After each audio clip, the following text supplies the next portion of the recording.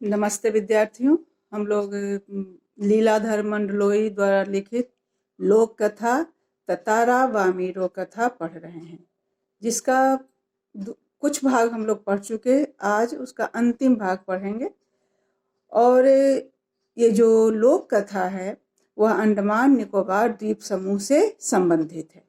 और इस लोक कथा में ततारा और वामीरो के त्याग का वर्णन है, जिसकी त्याग की वजह से निकोबारियों को एक ऐसी परंपरा से मुक्ति मिली जो उनके लिए बंधन बन चुका था, जो उनके मार्ग में बाधा बन चुकी थी, जो उन्हें आगे बढ़ने में रुकावट का काम कर रही थी।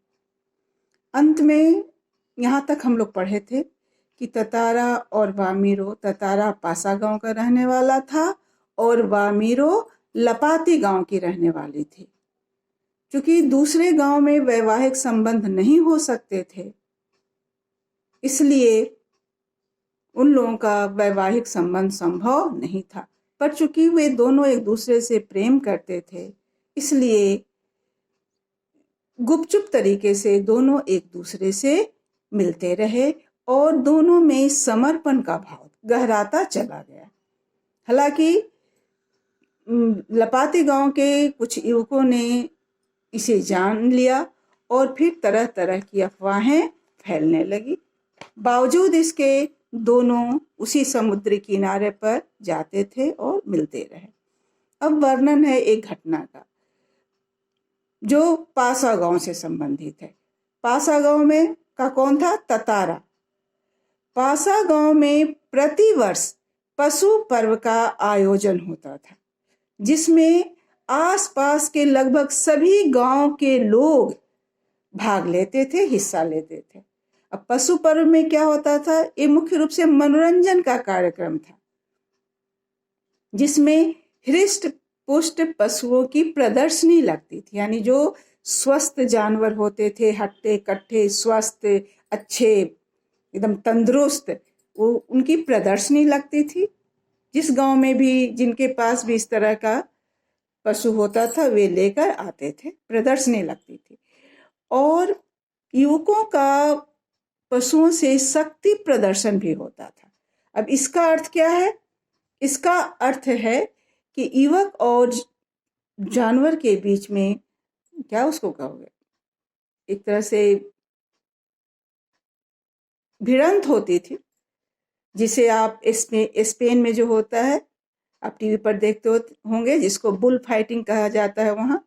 और अपने देश में तमिलनाडु में जल्लीकट्टू का जो प्रोग्राम होता है, जिस पर कुछ दिन रोक भी लगी थी, जिसमें जानवरों के साथ युवकों की भिड़ंत होती है और फिर शक्ति प्रदर्शन करते हैं युवक।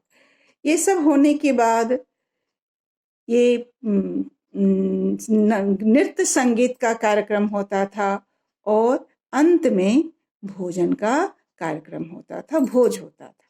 सभी लोग, बहुत लोग भाग लेते थे उसमें। लेकिन इस बार ततारा का मन इन आयोजनों में नहीं लग रहा था। उसकी व्याकुल आंखें वामीरो को ढूंढ रही थी और उसे नारियल के झुरमुट में ऐसा लगता है कि कोई है वहां। कुछ ऐसी तरह की हरकतें हुई कि जिसे वह नारियल के झुरमुट के पास पहुंच जाता है, देखता है तो वहां वामीरो थी, जो कि भय के कारण, समाज के भय के कारण वह सामने नहीं आ रही थी। वामीरो जब ततारा को देखती है, अभी तक तो वह सिसक सिसक कर रो रही थी, वामीरो को, ततारा को देखते ही वह जोर जोर से रोने लगती है। उसकी आवाज दूर दूर तक जाने लगती है। रोने की आवाज सुनकर उसकी माँ भी वहां आती है और लोग भी वहां आ जाते हैं। वामीरो की माँ तो क्रोध में उफन रही थी, ततारा को तरह तरह से अपमानित कर रही थी, उल्टी सीधी बातें कह रही थी। अन्य लोग भी ततारा को अपमानित करने लगे और वामीरो सिर्फ रोई जा रही थी। वामीरो का दुख ततारा से देखा नहीं जा रहा था। उसे बहुत दुख हो रहा था परंपरा पर तो क्षोभ था ही, अपनी असहाय अवस्था पर भी उसे बहुत दुख हो रहा था। सबकी सहायता करने वाला ततारा आज स्वयं असहाय होकर खड़ा था। वह असमंजस में था, वह क्या करे। और लोग तरह तरह से उसे अपमानित कर रहे थे, उसे कोई रास्ता नहीं दिखाई दे रहा था। अनायास उसका जो हाथ होता है वह उसकी तलवार की मूठ पर जा टिकती है, वही लकड़ी का तलवार जिसे वह हमेशा अपने कमर से बांधे रहता था, लटकाए रहता था। और अपने क्रोध को शांत करने के लिए कुछ देर तक तो वह सोचता रहा वह क्या करे। बच्चों, वह बहुत शक्तिशाली था, बहुत शक्तिशाली था। हर असंभव दिखने वाला काम वह करता था, लेकिन खुद असहाय था। वह कुछ अनहोनी ना कर बैठे, उससे कुछ अनहोनी ना हो जाए, क्योंकि शक्ति उसके पास बहुत थी। इसलिए अपने क्रोध को शांत करने के लिए वह अपनी पूरी ताकत तलवार में भर देता है और फिर उसे जमीन में गाड़ देता है, घोंप देता है और खींचते हुए दूर तक निकल जाता है। ऐसा करने में वह पसीने पसीने हो गया था। सब लोग भयाकुल थे, भयावह स्थिति थी। किसी ने कल्पना भी नहीं की थी कि इसका परिणाम ऐसा होगा। वह तलवार को खींचते हुए पीछे की ओर जा रहा था, अपनी ओर खींचते हुए पीछे बढ़ रहा था। जमीन पर एक लकीर खींचती जा रही थी। धीरे धीरे जमीन फटने लगती है, तेज गड़गड़ाहट की आवाज होती है और जमीन दो टुकड़ों में बंटने लगती है। सब लोग डर जाते हैं। एक भाग पर ततारा था जो अलग होते जा रहा था, दूसरे भाग पर वामीरो थी और लोग थे। सब लोग डरे हुए थे, सहमे हुए थे। ततारा पसीने पसीने था, वह बेसुध था। वामीरो तो ततारा का नाम चिल्ला रही थी, लेकिन ततारा क्या कर रहा था उसे खुद पता नहीं था। जब उसे होश आता है तो वह देखता है कि जिस भूमि तो दो टुकड़ों में बट गई, वह अंतिम छोर पर था और वह छोर समुद्र में डूब रहा था। जब उसे होश आता है तो वह खुद को संभालने का प्रयास करता है, चाहता है कि धरती का दूसरा भाग वह पकड़ ले, लेकिन ऐसा करने में वह सफल नहीं होता है और वह भाग डूबते चला जाता है। ततारा का क्या होता है कोई नहीं जानता, वह डूब जाता है या बहकर कहीं जाता है, कोई नहीं जानता। वामीरो घर आती है, उसके बाद उसकी स्थिति पागलों सी हो जाती है। वह प्रतिदिन उसी स्थान पर जाती थी, ततारा को खोजती थी और अंत में वह परिवार से भी अलग हो जाती है। कहाँ जाती है, वामीरो का क्या होता है उसके घर वाले नहीं जानते। बहुत प्रयास करते हैं कि वामीरो को खोजने का उसके घर वाले बहुत प्रयास किए, लेकिन वामीरो मिली नहीं। यानी न ततारा का कुछ पता चला न वामीरो का। लेकिन धरती दो भागों में बट गई, ऐसा निकोबारियों का मानना है। और एक दो भाग में जो बटी, एक कार निकोबार है और एक लिटिल अंडमान है। निकोबारियों का ऐसा मत है। आज न ततारा है न वामीरो है, लेकिन इन दोनों की कथाएं आज घर घर में वहां सुनाई जाती हैं बड़े गर्व के साथ कि इन दोनों ने जो प्रेम का त्याग किया, जो अपने जीवन का त्याग किया, उसके कारण निकोबारी लोग अब वैवाहिक संबंध दूसरे गांव में भी स्थापित करने लगे। तो एक रूढ़ी का अंत हुआ, एक ऐसी परंपरा का अंत हुआ जो वहां के लोगों के लिए बोझ बन चुकी थी। अंत तो सब चाहते थे, लेकिन अंत कैसे होगा इसका किसी को पता नहीं था। तो इस तरह से ये लोक कथा है अंडमान निकोबार में, जिसे आज भी लोग बड़े गर्व के साथ अपने घरों में सुनाते हैं। बच्चों, हम लोग इस तरह से कहानी पढ़े समझे और अब प्रश्न पर चर्चा करेंगे। सभी प्रश्नों पर हम चर्चा नहीं करेंगे। कुछ प्रश्न बिल्कुल सरल हैं, आसान हैं, जिसे आप एक बार पाठ पढ़ेंगे और लिख लेंगे। कुछ प्रश्नों पर हम विशेष रूप से चर्चा करेंगे, जिसमें सबसे पहले 2 आशय करेंगे। पहला है, इसका आशय लिखना है, बस आस की एक किरण थी जो समुद्र की देह पर डूबती किरणों की तरह कभी भी डूब सकती थी। इसका आशय लिखना है। आशय लिखने में देखो बच्चों, आशय का अर्थ क्या होता है? सबसे आसान काम होता है आशय लिखना। क्यों? क्योंकि जो पंक्ति दी हुई है उसी पंक्ति के आधार पर हमें इसे सरल शब्दों में कुछ इस तरह से लिखना होता है कि बात बिल्कुल स्पष्ट हो जाए। जो लोग पाठ को नहीं भी पढ़ा है उसको कुछ बात, सामान्य बातें इससे संबंधित समझ में आ जाए। यही है आशय। जब आशय लिखेंगे तो पाठ और लेखक का नाम निश्चित रूप से लिखेंगे। तो जो ये पंक्तियां हैं ये ततारा वामीरो कथा से ली गई हैं, जिसके लेखक लीलाधर मंडलोई हैं। और इसमें, इन पंक्तियों में ततारा की मन स्थिति का वर्णन है। क्या वर्णन है? ततारा की मन स्थिति का वर्णन है। जब ततारा वामीरो से पहली बार मिलता है तब वह बहुत प्रभावित होता है और वामीरो से आग्रह करता है कि वह उसी समुद्र किनारे चट्टान पर बैठकर कल भी उसकी प्रतीक्षा करेगा, उसका बाट जोहेगा। और वह वहां पहुंच जाता है। वहां पहुंचने के बाद उसकी जो मन स्थिति है उसी का इसमें वर्णन है। क्योंकि शाम का समय था, सूरज ढल रहा था और ढलते हुए सूर्य की किरणें समुद्र पर पड़ रही थी। समुद्र पर पड़ने के बाद वो समुद्री लहरों में विलीन हो जा रही थी। जिस तरह से किरणें समुद्र की शरीर से तार पर, समुद्र की लहरों पर, ऊपरी सतह पर पड़ रही थी और वो डूब जा रही थी, तो ततारा को जब इन किरणों को डूबते हुए देखता है तो उसकी मन में भी शंका होती है। एक शक पैदा लेता है कि इन्हीं किरणों की तरह वह भी एक आशा लिए आया है कि आज वह वामीरो से मिलेगा, वामीरो यहाँ आएगी। किरणें डूब रही हैं, तो ये डूबती किरणें ततारा के मन में शंका पैदा कर देती हैं कि कहीं इन्हीं किरणों की तरह वामीरो के आने की उम्मीद भी डूब न जाए। पर चूंकि वामीरो न आए ये सोचना भी बहुत भयंकर था उसके लिए, इसलिए वह इन बातों में नहीं जाना चाहता है कि नहीं आएगी तो वह क्या करेगा।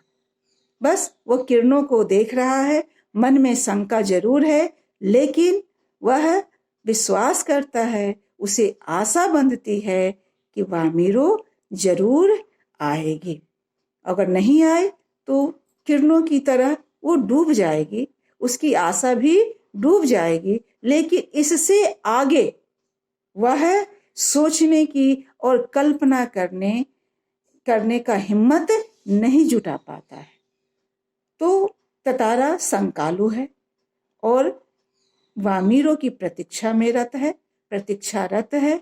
न आने की स्थिति में बस इतना ही सोचता है कि जैसे किरणें डूब रही हैं वैसे ही उसकी आशा की किरण भी डूब सकती है।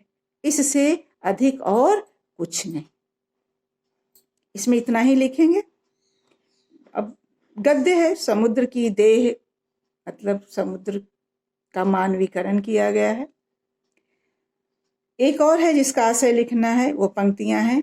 जब कोई राह न सूझी तो क्रोध का शमन करने के लिए उसमें शक्ति भर उसे धरती में घोंप दिया और ताकत से उसे खींचने लगा। देखो, क्रोध का शमन करने के लिए, शमन करना शांत करना, क्रोध को शांत करना, उसमें शक्ति भर। किसमें? तलवार में। जो लकड़ी की तलवार थी उसके पास। ये समझ गए। अब आशय लिखेंगे इस प्रकार, पाठ का नाम लिखेंगे, लेखक का नाम लिखेंगे। प्रस्तुत पंक्तियां ततारा वामीरो कथा से ली गई है, जिसके लेखक लीलाधर मंडलोई हैं। और इसमें उन परिस्थितियों का वर्णन है जब अपनी व्यवस्था पर, अपनी समाज की परंपरा पर कि वैवाहिक संबंध दूसरे गांव में नहीं हो सकते, और अपनी व्यवस्था पर कि सबकी सहायता करने वाला ततारा आज खुद असहाय है। उसे क्रोध आ जाता है ततारा को। वह शक्तिशाली था और क्रोध आने पर कुछ अनहोनी न हो जाए, कुछ ऐसा न वह कर बैठे जो उसे नहीं करना चाहिए, जिससे समाज एक नई मुसीबत में पड़ जाए।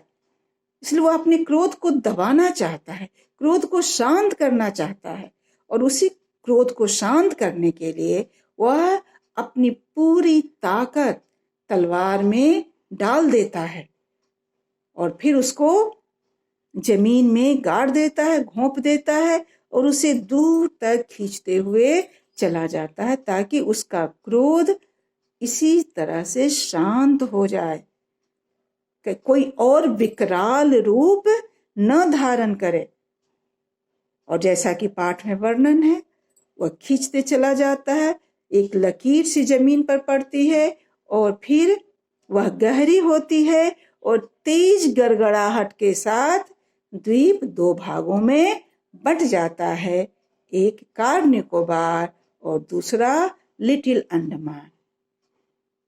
और एक परंपरा से निकोबारियों को मुक्ति मिलती है कि वैवाहिक संबंध अब सिर्फ अपने ही गांव में नहीं होंगे, दूसरे गांव में भी होंगे। ये दो हमें आशय लिखना था। अब एक प्रश्न है जिस पर हम चर्चा करेंगे, बहुत महत्वपूर्ण प्रश्न है जिसे आपको समझना भी है। रूढ़ियां जब बंधन बन बोझ बनने लगे तब उनका टूट जाना ही अच्छा है। क्यों बच्चों? रूढ़ियां जब बंधन बन बोझ बनने लगे, ये रूढ़ियां क्या हैं बच्चों? समाज में कुछ परंपराएं होती हैं, कुछ रीति रिवाज होते हैं। वही परंपराएं और रीति रिवाज जब समाज को, मानव को परेशान करने लगते हैं तो वे रूढ़ियां कहलाती हैं। परंपराएं और रीति रिवाज बनते हैं जीवन को सरल और सुगम बनाने के लिए, जीवन को आनंदमय बनाने के लिए, समाज को स्वस्थ बनाने के लिए।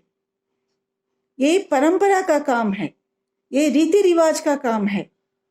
लेकिन जब समय बीतता है तो कुछ रीति रिवाज, कुछ परंपराएं बोझ बन जाती हैं। मानव का कल्याण करने के बजाय उसे जकड़ने लगती हैं, उसे उसके मार्ग में रुकावट पैदा कर देती हैं, जिसके कारण वैसे रीति रिवाज, वो रूढ़ियां बोझ बन जाती हैं और फिर मानव आगे नहीं बढ़ पाता।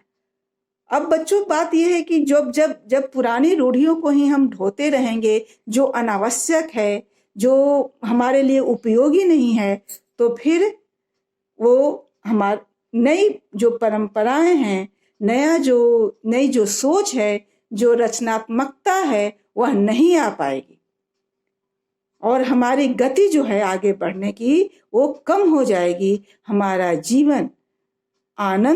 जीवन से आनंद दूर होने लगेगा और फिर समाज में, परिवार में तरह तरह की परेशानियां उत्पन्न हो जाएंगी। तो जो रूढ़ियां मानव को आगे बढ़ने में रोके, जो मानव के आनंद में बाधा डाले, जो हमारे समाज को स्वस्थ रहने में रुकावट पैदा करे, तो ऐसी परंपराओं को टूट जाना ही अच्छा होता है। लेकिन ध्यान देने की बात है, जो परंपराएं बन जाती हैं वो परंपराएं बड़ी आसानी से नहीं टूटती हैं। उन परंपराओं को समाप्त करने के लिए त्याग करना पड़ता है, बलिदान करना पड़ता है, जैसा कि ततारा और वामीरो को करना पड़ा। धन्यवाद बच्चों, आप इसे कर लेंगे और शेष प्रश्न का भी उत्तर लिखेंगे। अगर नहीं समझ में आएगा तो फिर अगली कक्षा में 2-4 प्रश्नों पर चर्चा करेंगे। जो समझ में नहीं आएगा आप उसे व्हाट्सएप पर कर देंगे। धन्यवाद।